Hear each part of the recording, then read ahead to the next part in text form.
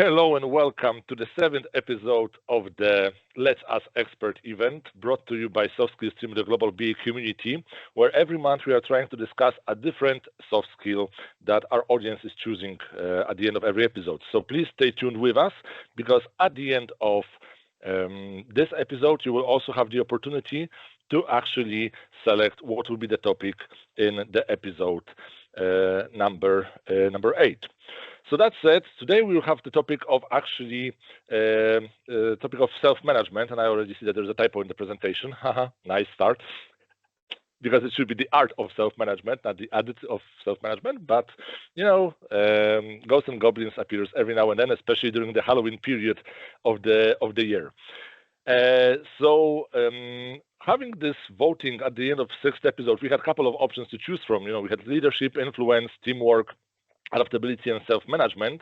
However, our audience have decided to choose the topic exactly of the self-management, and that's why we have invited a group of amazing experts for today.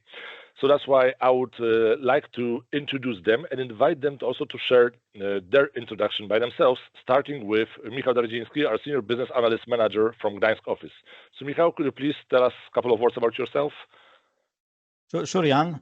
Thank you very much for inviting me to this event. I'm hoping for a great discussion. And speaking about myself, almost 20 years of experience in IT.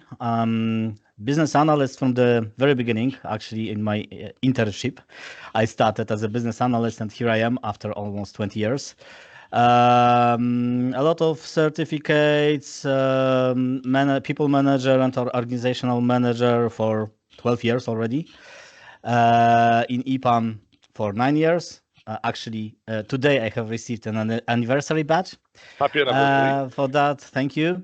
Besides that, I'm responsible for the business analyst and product management department for Poland, featuring over 250 BAs, product managers, and technical writers. So maybe I will let others speak as well. All right, thank you so much for joining our session today. We also have Mateusz Kuszner, who is actually our first external speaker in the event, and my personal friend, whom I've known already for how many, Mateusz? 20 years or so? Even ashamed to admit that we are so old, but shh. And you're muted. And you are still muted.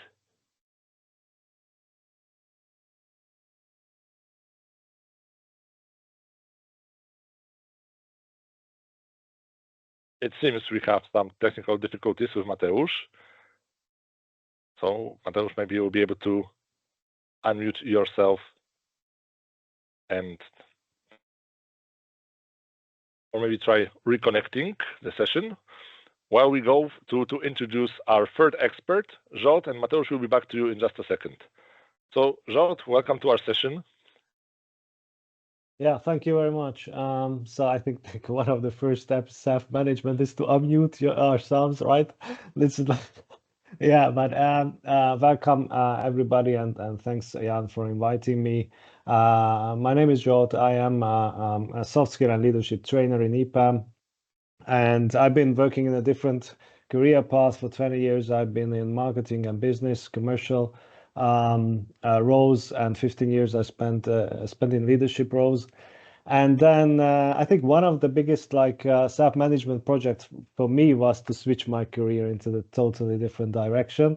And then I became a trainer and a coach. And now I'm leading these training sessions, but also I'm responsible for the well-being learning portfolio in EPAM globally. So this is me. I'm happy to be here, and I hope Mateusz maybe could solve this. Yes, let's see. So again, hello everyone. Thanks, Jan, for invitation. Yeah, we know each other for quite a long time. I hope you can hear me now. Yep, we can.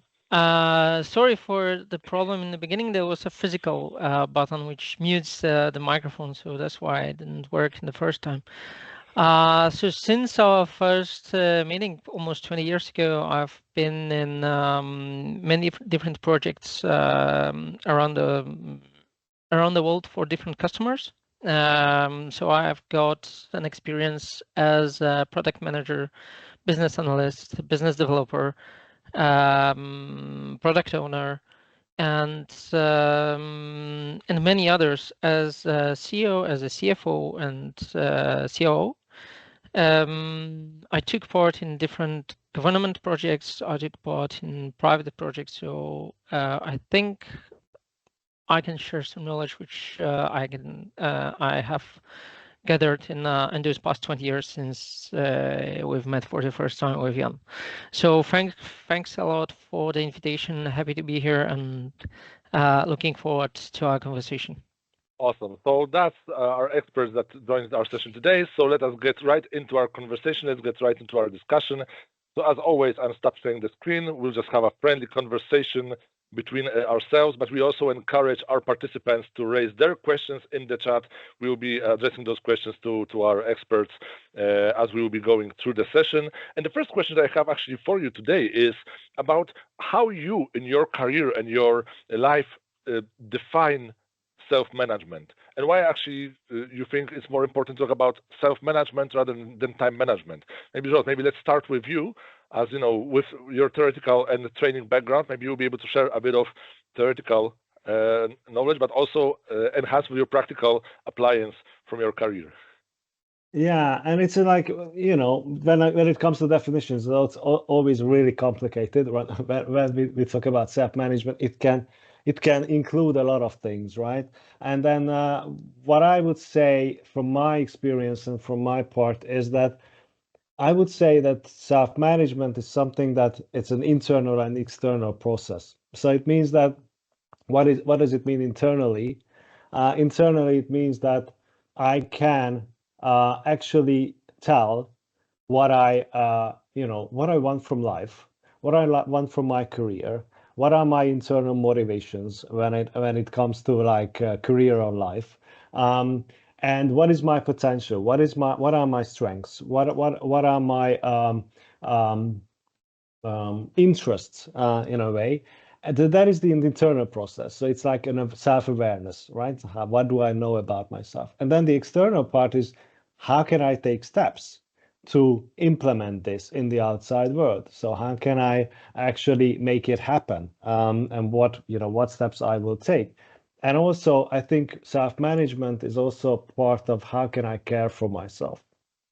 It means that how can I manage my energy, and how can I manage my health to actually be able to reach those goals that I have set for myself, and also how you can connect yourself better to tell what you need in life and what you need in your career. So this is, for me, the essence of self-management, and we would love to hear other perspectives on this. Michal, what do you think? Hard to follow up on Zsolt, as he provided pretty decent definition. But as you know me, Jan, I usually like to show complicated things in simple way, maybe sometimes too general way, but then to drill down into details. And I have my personal definition of self-management, which is probably, I don't know, 7 word long, but it's obviously a very high level. Something like self-management is the way how you control yourself and eventually control your life. I know that it's very high-level statement, and everything can be hidden under that. But if you drill it down a little bit, what I mean by control, how you control your emotions, how you control your decision-making process, how you make decision based on what you feel or maybe data, how you set your, and by purpose I will not put here a term goal, how you set your targets, directions which you would like to follow on.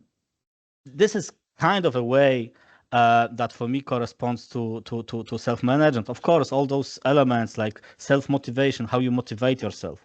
If you understand what motivates yourself, how you manage your stress, how you work on your personal development. Is it targeted somehow? I know a lot of people who, for example, do tons of trainings, tons of certifications, because this is what the fact that they possess the certificates motivates them.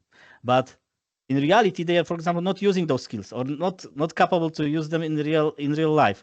So self-management is really, really complex things, and I hope we will at least touch it from different perspectives in this group today. But if we are talking about this definition, I would say how you control yourself, your internal behaviors, external factors, how you plan, how you make decisions, how you motivate yourself. Mateusz, anything to add on the topic of definition? I would say that I would like to combine those two approaches, if I can say so, and get a little bit of a cherry on top. The cherry on top is that I would say that the time is the most valuable thing we have.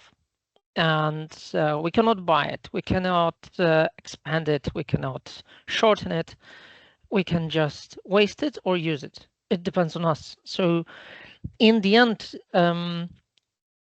going back to the combination, I would say that the priorities which we take, what we would like to expect from life, is one part, how we're going to use this time which we have. And from the other side, to combine the other part is how we will manage to go forward, how we will manage ourselves. So managing time brought us to this cherry of priorities, which gives us the certain expectation from this period of time which we have. So we can spend our day, spend our week according to what we follow, what we prefer, what leads us to reach our goals and priorities, and use our skills, which we can get through our beliefs, through our certifications, trainings, and so on, but also through our approach to everyday life. And I have to say that, I've known each and every one of you for several years, and I've always looked up to you when it comes to being able to manage so many activities in your life. I mean, Mateusz, for example, you back in the day when you were doing the PhD and you had the lessons at the university, and you had the teachings, mentorings, you had your own company, you had still time for the family, and you still had time for meeting every now and then with your friends. Zsolt, you've mentioned you were running your business before you joined EPAM. Michal, you are having all of those activities as a business analyst, working on a project, being a manager, being a mentor and a trainer. I remember your mentoring sessions on the CBAP preparation back in the EPAM office. How do you manage? How do you identify what is important, what is not important? How do you set those activities which falls into your working, let's say, routine on a daily basis, not to go crazy, not to overburden yourself, and not to put too much workload on yourself? Maybe, Mateusz, let's start with you now. Too much is a hard word. Yeah, there was a time where at the same time I was, as you mentioned, I was working, I was teaching, I was writing scientific topics, and at the same time running company and spending time with friends. And again, I will come back to the previous answer. It all about time and management of the time. So with the priorities set, some of those activities were just activities which I had to do, which had to be done because those were my I was obliged to. Yeah, kind of obligations. Some of it, it was just pure fun, and I could collect energy from friends, from family, spending time with them, just relax. And after that, I could go running at 5 a.m. because I need to spend my energy in a different way. So at the same time, a kind of a routine and approach to the, let's say, to do it each day allow me to pack several different type of activities, which from one point took energy from me. From the other side, I collect energy from even from teaching, because that was very motivating for me to see that people are gathering that knowledge that I'm trying to share with them. And you have the imprint on the world, right? Just by sharing your knowledge that you have. Yeah, and you can see that someone is changing his approach to everyday life. It could sounds quite weird because I was teaching physics, but at the same time, physics is about solving problems. So that I was trying to teach my students that they don't have to approach with the theoretical with the theories and definitions and so on to everyday life, but to try to solve the problem and find the proper tool to get a solution in a more empiric way. Yep. Michal? Mateusz a little bit stole my the way I wanted to start answering that question, starting from time management, because it sounds to me that we are entering this area right now. What I obviously will not agree with Mateusz is running at 5 a.m. is not something for me. I'm rather going at 5 p.m. or 6 p.m. Nevertheless, getting back to the time management, as Mateusz answer was from top view, so maybe I will start from the bottom view. So how I personally try to deal with all those activities I'm responsible for. And I don't want to make a lecture right now about time management techniques, but honestly speaking, I'm using only 2 of them. Very simple one, or easy to follow actually. One is, I guess, the formal name would be something around 2 minutes rule.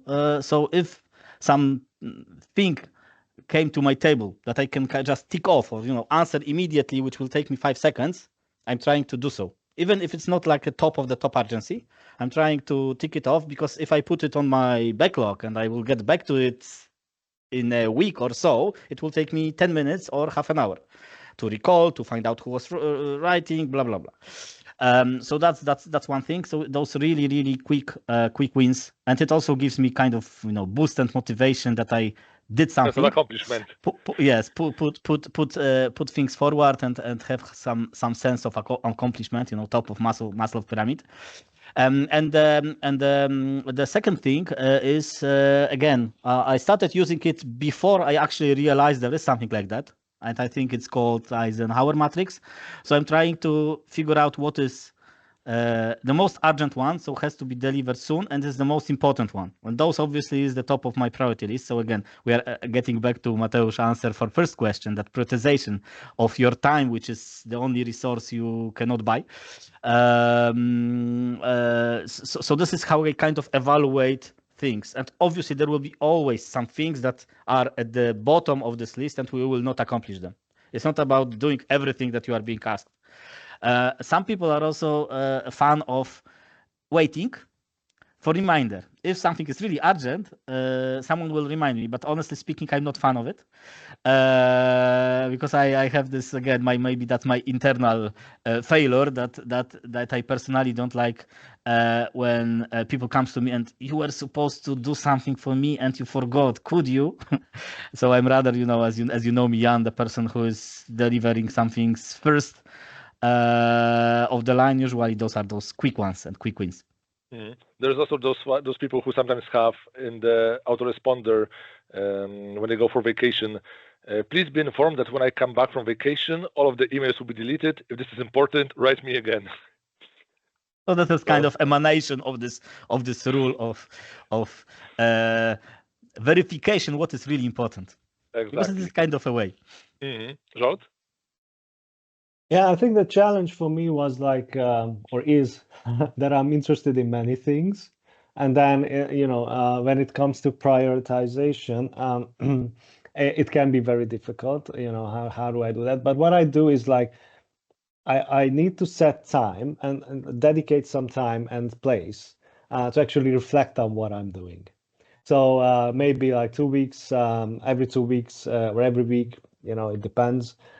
Just actually look at what I'm doing, like what are the projects or like what are the things that I'm doing, and then ask myself, okay, so does it support me where I want to get in like 2 to 3 years? Actually, is it supporting my direction in career or life, or is it something that I'm just doing for out of my curiosity? Coming back to prioritization, what I favor instead of prioritization is choosing rather than prioritize the things. So it means that I'm gonna do these, but I'm not going to do these instead of prioritizing, because when I prioritize, everything's gonna be important at some point.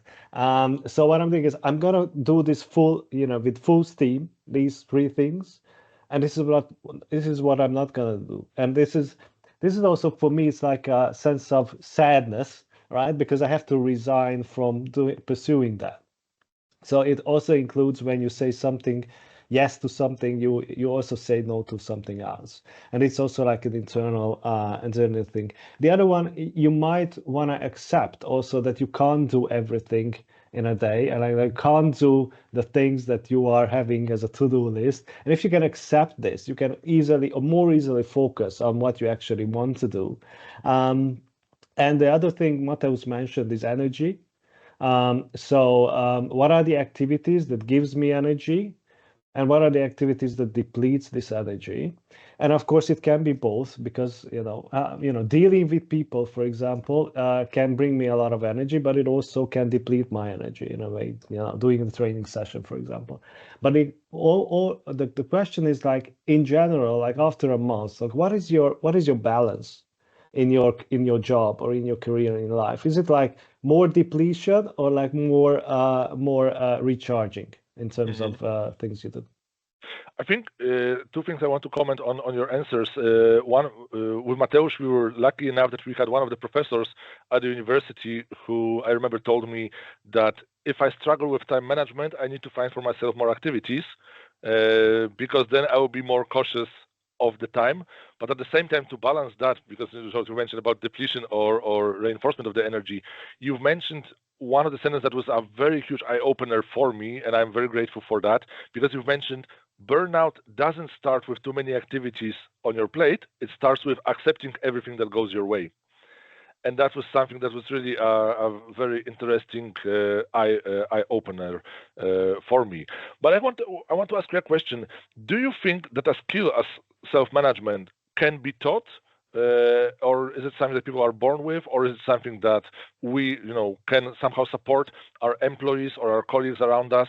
And if so, how we can do that to help them and to be more focused, more energized, and as one of the EPAM values says, strive for excellence with the right mindset.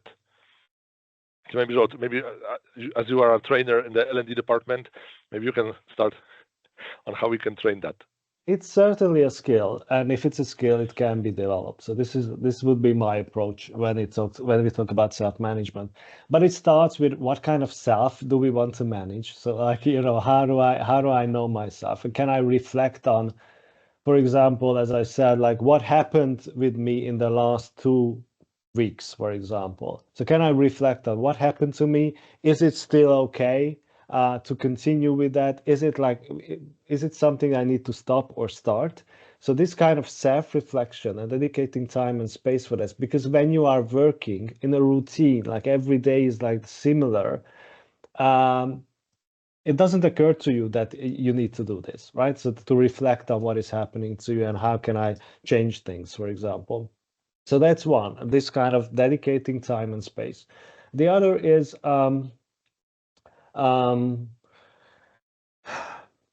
find somebody who can help you, because self-management is not something that, okay, so it's called self-management, but it's not like you have to do it on your own, okay? So find somebody, a mentor, a coach, anybody who can actually support you in asking different questions around your perspective. Maybe you can spend also time with others who are doing totally different things than you. to break out of this bubble of of the status quo. So if you can spend time with people who are doing different things than you, it will give you a great perspective on what I want, for example. So it can be taught, and also when leaders, tell me sometimes that, oh, I want to have more ownership in my team. I want to have more accountability from my team members. Usually what I ask them is like, okay, so how you should behave differently then. So what have you done so far as a leader, and then what are the things you need to do differently? And what I usually find is that we need to ask more than tell more, because usually when leaders are going into a one-to-one, going into a discussion, and they say, okay, the employee says, we have a problem like this. And then the leader says, okay, it's the solution. And that's 5 minutes. Like the discussion is over, right? So you're solving the problem for them in a way. And the better approach could be like, you ask first. And you ask like, how would you do this? If I wasn't here, if I was on holiday, you wouldn't reach me. You couldn't reach me. So certainly it can be developed, I would say, but it needs this kind of self-reflection and somebody who can help you with it. Michal, how would you train this skill in your unit members, me included? Hello. Okay, I will get back because I prepared kind of an answer, and now you are trying to take me out and waste my time, and I need to manage it properly. Frankly speaking, I'm aligned with Zsolt. However, I would like to put a little bit emphasis on something else. If you look on the self-management topic overall, there is a number of different areas, and some of them I would even call hard skills. Even this time management, those techniques, you can learn them pretty quickly. Of course, it's another story if you can apply them effectively in your life.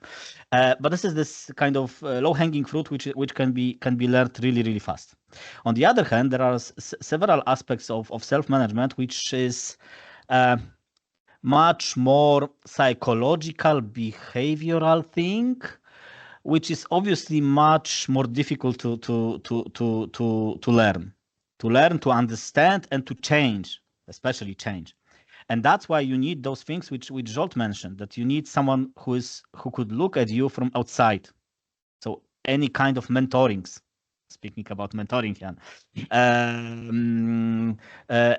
anything, any help from outside, those reflections, this kind of internal feedback, which I like to call, or self-review. We have this process in EPAM, which I find pretty good. When at least once half a year I'm doing this kind of self-review to summarize what I achieved for the last half a year. This is something that give you this perspective of analyzing your previous decision, outcomes, successes, failures, maybe looking for what you could do different way. Maybe next time you will do it different way, but you need first to understand what actually has happened. So as I said, some pieces you can learn pretty quickly. Some pieces requires much more effort to understand and change. Mateusz, anything to add on the topic? Yes, I would totally agree with Michal and partially agree with Zsolt. Why partially? Because, for example, in my case, I managed to improve time management and self-management individually, just finding the proper techniques and tools about which Michal is talking. And I totally agree with Michal that the most important and the most difficult part is the change, the application of tools which we can learn and which we can find. I think my perspective on self-management changes when I read Get Things Done and start applying tools which I get inside from the book. So step by step, I was trying to improve, and the revision of time management and self-management and tools and elements which I managed to achieve in the past few months gives me the perspective how successfully I apply the tools which I have found in the book. So from one side, mentoring is very helpful, but it's not critical. You can also do it by yourself. It's hard to get a perspective on yourself, and sometimes your best mentor could be your friend who can look at you and see how you're changing, and just on the discussion what you have done in the past few months. So from one perspective, I could say that a good mentor for me was you, Jan, where we were at the studies and you were looking from kind of a perspective and says, oh, you have achieved this, this, and this. How you managed it, this. And I could think about it and say, I don't know yet. I will answer you in few days. So the creative discussion and proper look at yourself, at your calendar, at what you're trying to reach with tools you're getting is a kind of a skill which you can get to improve your self-management. And actually, talking about the tools, I just cannot help but ask this question about how can AI help with the self-management? Because right now, we have this AI bubble. Everyone is talking about, oh, each company is introducing AI chatbots or any kind of chat GPT. Do you think it can actually be helpful and it can somehow impact our life in a positive way, or is it more like yet another distraction that comes our way? Sorry, Mateusz, continuing. Definitely. Before the AI, let's say, story starts, the book came out written by Jacek Dukaj, the Black Oceans. Look at that book and you'll see how the future could be changed by applying micro machines and AI to our time and self-management. This is a kind of a border of changing how the mind is working in our bodies. And if you're asking me, will AI can improve our self-management? Yes, it depends on us how we will allow to collect data from us. Because in this manner, we would need a personal AI trainer who can improve our self-management based on our story. And I think it's like with every tool that you have all of the tools. It's only a matter how you will use it. Okay? Because you might still use the scissors in an incorrect way. So the tool itself might be great, just the usage might not necessarily be applied correctly. Right? Yeah, exactly, and that's one of the issues which we're facing. That every one of us, when thinks about AI, could think about it in an absolutely different way. From one perspective, you can say asking questions to AI, how will you, what do you think about, how you will apply it, and on the other side, you can open up to be a source of a data and look for the result. It will pop up to the question, how can I improve my self management? And kind of a moment in the history as we had with the cars, and as Ford says, if everyone thinks about it, about the horses, we can get more horses to the carriage, not an engine inside, and revolutionize transportation. And I think it's similar case with an AI. If we will keep looking at it as a tool which we can use, then we will stay with asking questions to it, not getting all beneficials from it. Now, we are living in this age of distractions, right? Everything keeps shouting at us. We have, the emails keep flying to us. We have chats. We have, I don't know, Facebook, Instagram popping up with notifications, and we get those distractions every single day. And we try to be more organized. We try to be better, but sometimes we fail, right? And we try again, and we fail again. So one of our audience members, Janina, is asking a question: what strategies would you suggest to build resilience to failures or setbacks when you try to have improved self-management but actually don't succeed at first? Any suggestions to Janina and to others who might be struggling with this as well?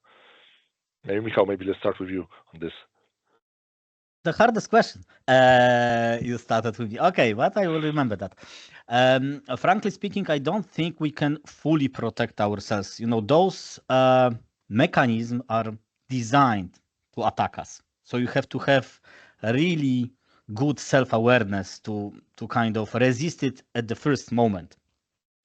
And that's why so many people fail into that, start scrolling Facebook and suddenly they realize it's 2 hours later. This is particularly designed for that. I really encourage you to watch Social Dilemma. It was I think it was on Netflix or some other streaming platform, which kind of explains how social media are designed to attract your attention. So you are fighting with huge corporations. That's why in order to protect yourself, I think you have to first of all have really understanding that those things try to attack you. And second thing, we kind of get back to what Mateusz and Zsolt says before, doing a reflection. Even if you fall into that trap one day, second day, and you see that you spend those couple of hours in social media or other places, which you could spend in much more effective way. The first success is if you realize that you have kind of a problem. Now we are kind of entering the area of addiction and those kind of stuff. I'm not even thinking about such a deep addiction, but you may waste time in different ways. So if you understand that you are doing that, that's the first step and the most crucial step, and you can kind of implement preventing actions. Different from very simple ones. I do not use my phone after 7 p.m. to go to sleep without blue eyes. That's one thing. Second thing, which I wanted to say, and I just right now forgot it, so let me remind it, is that okay, I lost my thought. So maybe I will let Zsolt add his 3 cents, and I will get back. Okay, so Zsolt, how we can maintain the well-being? Yeah, so like as you mentioned, there are a lot of distractions that they are designed for our, capturing our attention, and we're full of that. What I usually say in those training sessions that we have around well-being is that you want to learn, and this can be like, again, like not happening overnight, but you want to learn to actually sit with yourself through hard times and through good times as well. But usually what people are struggling with, if they have a stressful situation or they have a bad day or like a hard, conflict, they might feel emotions, right, in their bodies and also in their system. They don't. It's very discomfort. They feel discomfort and it's uncomfortable. So what they're doing is that I'm going to run away from these emotions. I don't want to feel this. So I'm going to watch Netflix and I'm going to scroll through social media and so on, because it relieves this kind of feeling. So the idea is how you can just basically be with your emotions and feelings and physical sensations for just 5 minutes before going to the fridge, before going to the Netflix, before going to TikTok or whatever. You probably need to basically establish this. I'm gonna notice when this happens. So when I have the urge to actually move towards my phone, move towards this, and just stop and just be with it for 2 minutes. And we have trainings for that in EPAM. Like one of them is the mindfulness training, but it's actually helps you to improve this focus, because what it does is, like every exercise is what it's doing is that you notice when your mind wanders off, or like, you know, from the task or from the focus, and just easily and gently just redirect your focus. And all mindfulness exercises are doing that. So it's a good way to improve this. And in terms of like failures and setbacks, this is part of the process. So the question is like, what can you learn from that? And this is the self-reflection part. So I couldn't do it. Okay, it's, you know, that's okay. So what will I do differently next time? How will I, you know, how will I do this differently next time? So this is failures are part of the process when it comes to like well-being, and also like self-reflection and self-awareness. So it's, if you don't have failures and setbacks, you are not on the path. And there is also this nice quote that there are no experienced sailors on the calm sea. That you need to have some kind of roughness going through life to be able to learn something. Mateusz, I have also a question for you, because you know, we sometimes working at EPAM, we are under the pressure of the deadlines when it comes to, you know, delivering something on a project, or, you know, there is the end of the year campaign. So as managers, we need to provide feedbacks. But you are the CEO of a company, so not only do you care for the delivery of the project, but also care for the company itself, for the, you know, financial aspects and everything. So how to deal with that pressure, and how not to you know, get that overwhelming feeling that suddenly everything falls on you, and that you are still capable of, you know, high efficient performance to move forward with the activities that for which you are responsible? Good question. Hard one.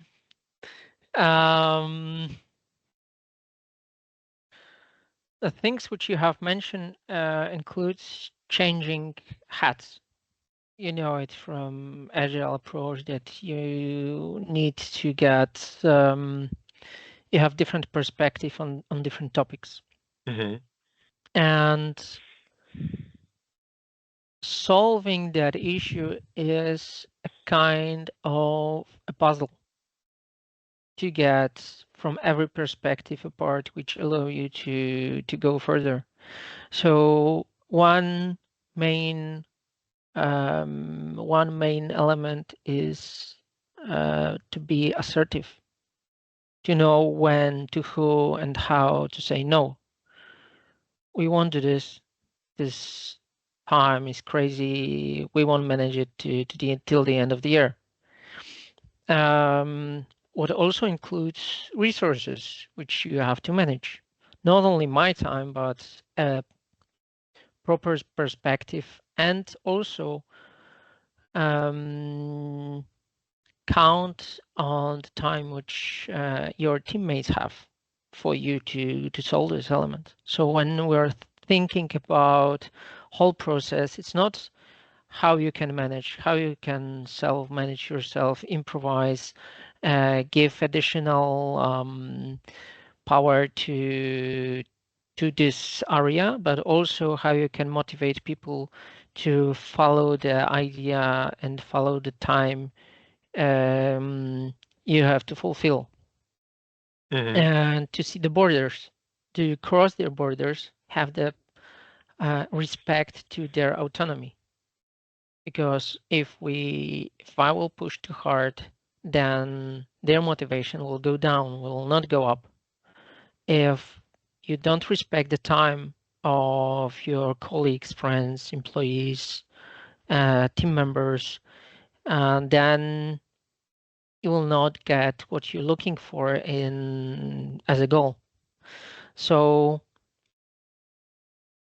being assertive, it's not only to know how to say no and at what moments, but also to be prepared that someone can say, no, I'm not going to do this because this is absolutely crazy. You're out of your mind. You're maybe a robot, but I'm not. And I have to spend time with my family. So it's building a puzzle which allow you to combine all the resources, all the elements you have on the board and answering the main question: are we going to do this? Are we capable of doing it? Do we have enough time to do this? And calculate risks. We usually forget about it, that with every activity comes the risks. And the risk is also included in our behavior and in our health. This is what I think self-management is very important about it. You have to incorporate risks of everyday activities, that something can happen to you and your plans will fall apart. So you need a kind of a solution to this, which could sound like about crazy, but in the end, someone will have to take the decision instead of you. And so also, you can then focus on going back to full health, to full activity. So answering your question, the main skill is to listen to everyone around, be respectful to people's needs, be prepared for their saying no, and be capable of saying no to the others. hearing when you mentioned about being ready to hear other people saying no, it reminded me some years ago I saw a post on LinkedIn, a conversation exchange between a recruiter and between a candidate, where the recruiter says, "Oh, we are offering working in a challenging environment," and the candidate said, "By challenging environment, do you mean working under unrealistic deadlines and enormous pressure?" So that sometimes also, things can be a bit evaluated. But I have a question to all of you, another one, which in general, how do you think organizations, such as EPAM or Mateusz, your company, how we can cultivate and empower our employees to train the self-management skills within our team members, within our units? What is our, let's say, social responsibility in that aspect, and how we can improve that? So maybe, Michal, you are managing 250 people in your unit. So maybe let's start with you. Okay. Again, we are kind of floating around similar topics, so we will probably touch again same elements. Those hard skills which I mentioned, I think during the question number 2, can be kind of trained, right? So we can, as an organization, we should give people tools to train, tools that they can use for the sake of time management, for the sake of another areas that could help them manage their time properly, manage their career properly.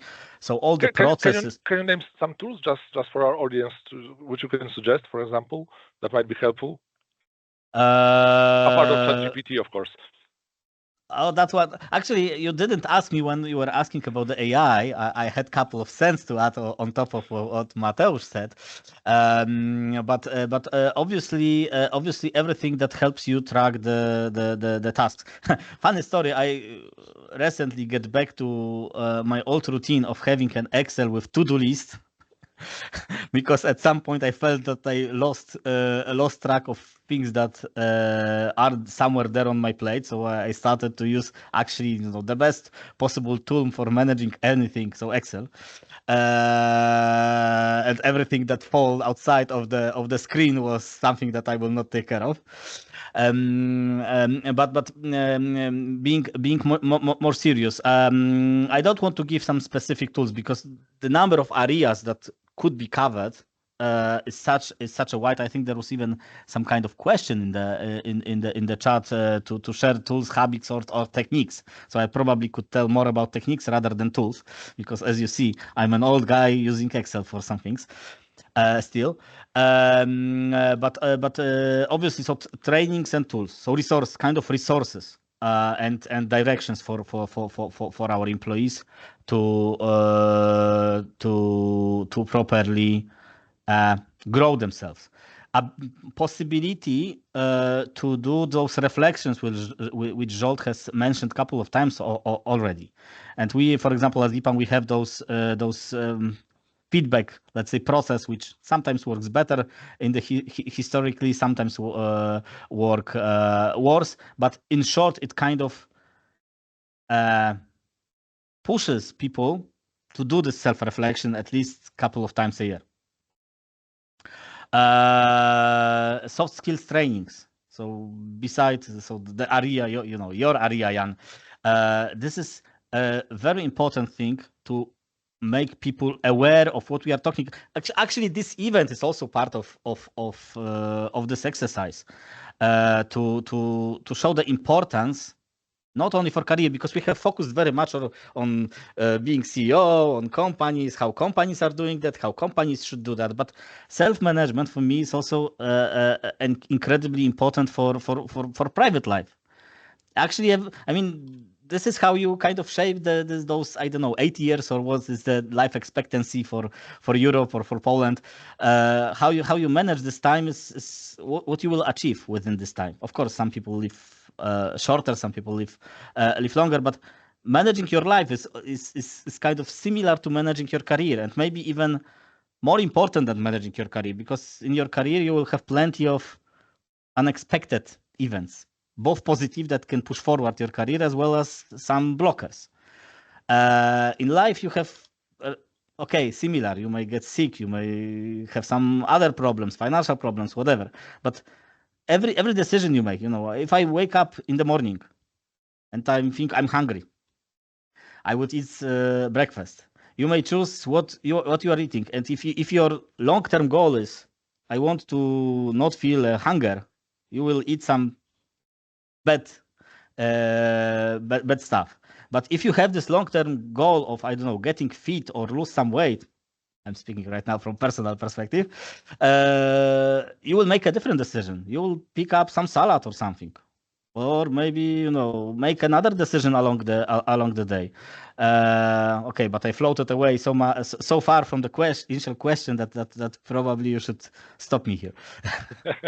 Well, I just always love our conversations, and I know that your mind in a creative way will flow towards directions that might open new doors in our conversation. So that's why I never want to stop. But going back to the question, Zsolt, what do you think when it comes to this area?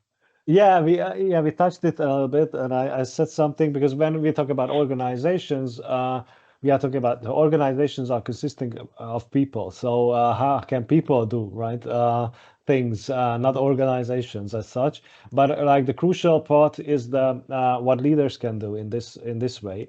For me, the question is more about that, and what I already mentioned is, how can you cultivate, as you said, this self-management in your teams, or and how you can do is, like, first you model it yourself. So that's one, right?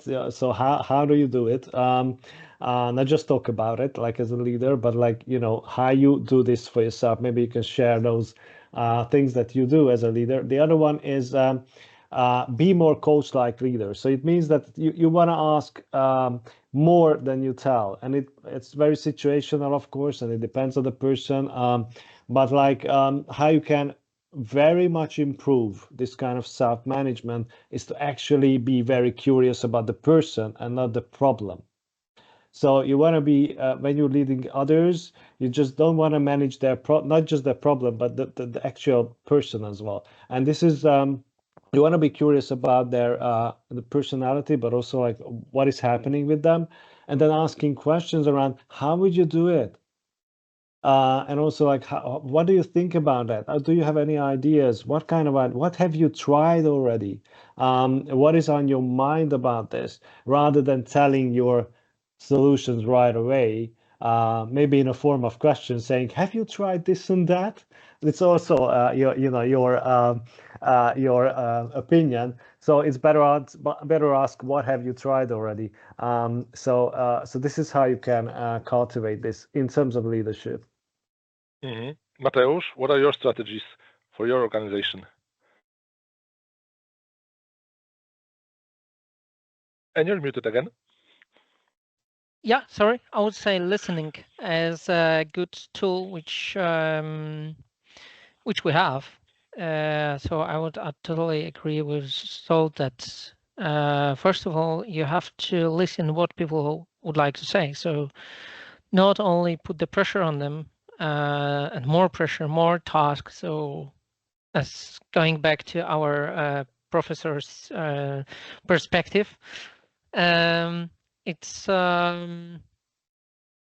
more listening to what they're saying. Sometimes just spending few moments with your colleagues will allow you to understand what's their problem in everyday struggles, and you can provide them some tools which will simplify their work.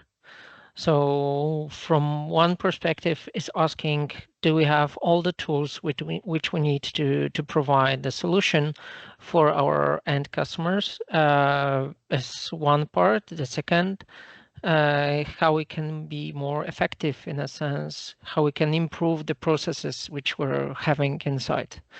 And listening to people's view on it allow us to find also tools for them.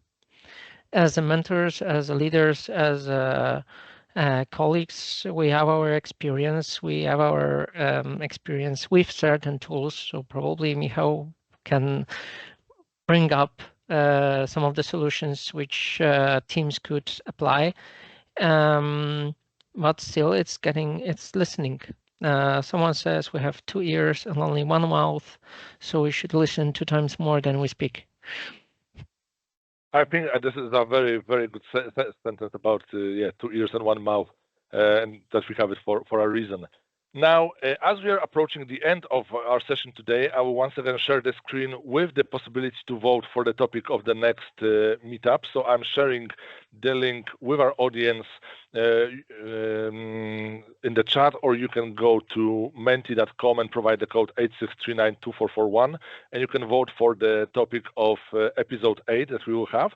But while we wait for you to vote in our question on the topic for the next event, I would like to ask our experts one final question, because in total you have well, not to point out that strongly, but in general 60 years of experience, of working experience, and 60 years of wisdom in a career in life. And I would like to ask you, knowing now what you know, what advice would you give to your younger self at the start of your career? So this, 20 years ago when you started, finished university, what would be the advice that you have for yourself? Maybe Michal.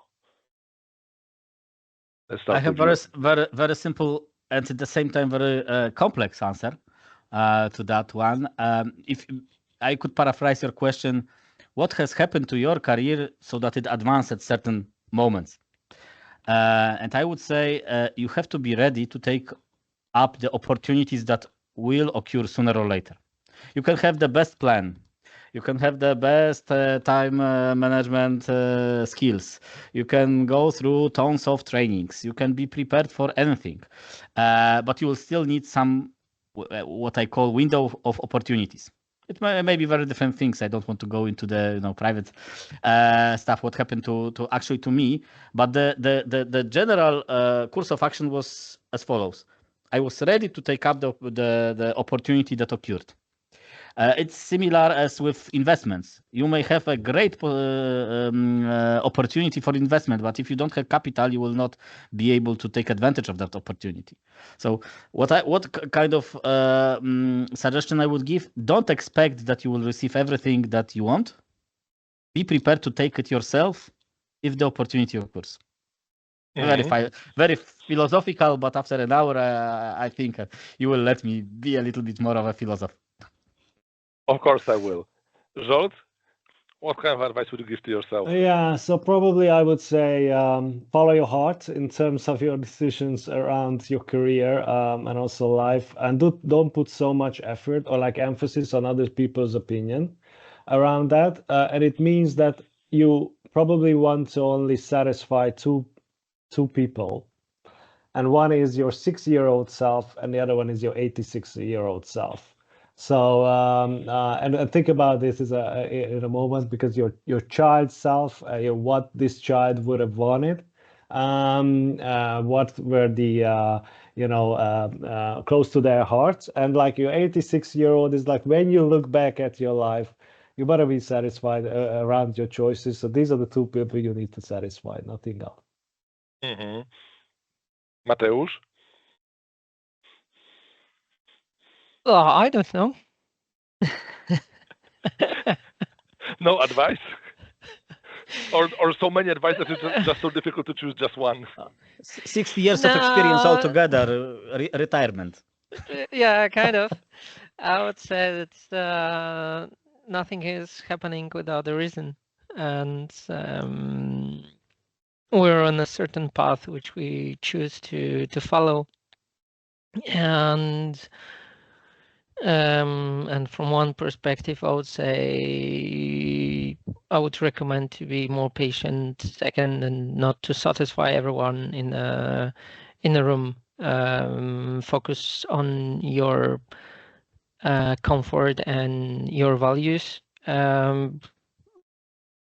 it's quite a hard question to say something to yourself 20 years earlier, younger. What would change? Being very criticized, I would say that nothing looks like it seems to at that time. 20 years ago, we were around 20, and our perspective on the world was absolutely different. So probably with this perspective of the world, talking with people who are currently 20 years old, I'm not capable of giving them any advice because current perspective is absolutely different. Mm-hmm. I would say that the best recommendation, Michal says, just be open and look on the opportunities which are in front of you. Mm-hmm. So right. I think this is the main and the best which we could recommend, or I would recommend to my younger self. Open-mindedness in general. Yes.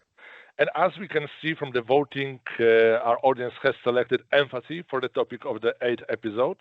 So that's something that we will cover next month.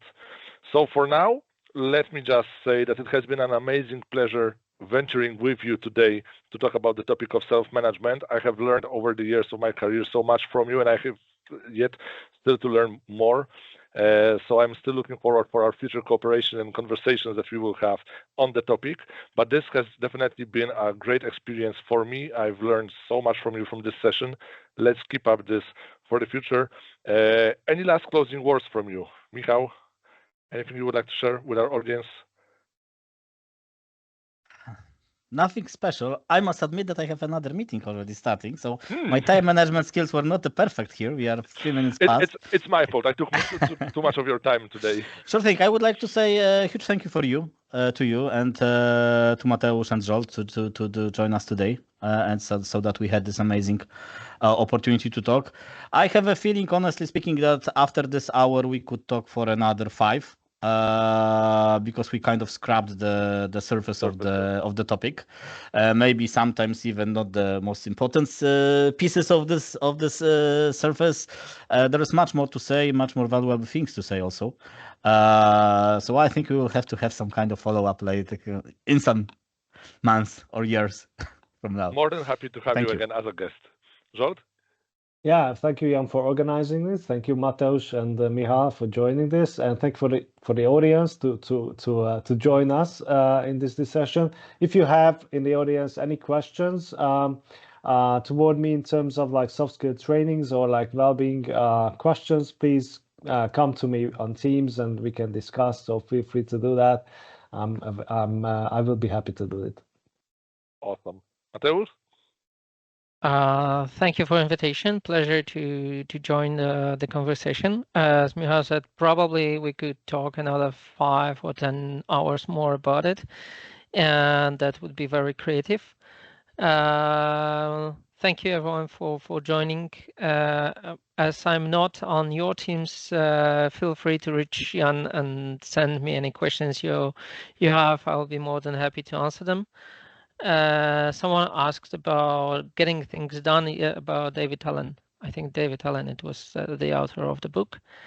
So it was a pleasure for me to joining you at this meeting and meeting you here. And it's a pleasure for me hosting you. So I do wish everyone a wonderful rest of the day, even better rest of the week. And I do hope to speak to you again in the future. For now, stay safe, stay healthy, stay happy, and I will speak to you again soon. Take care, everyone. Bye. Thank you. Bye-bye. Thanks a lot. Bye-bye.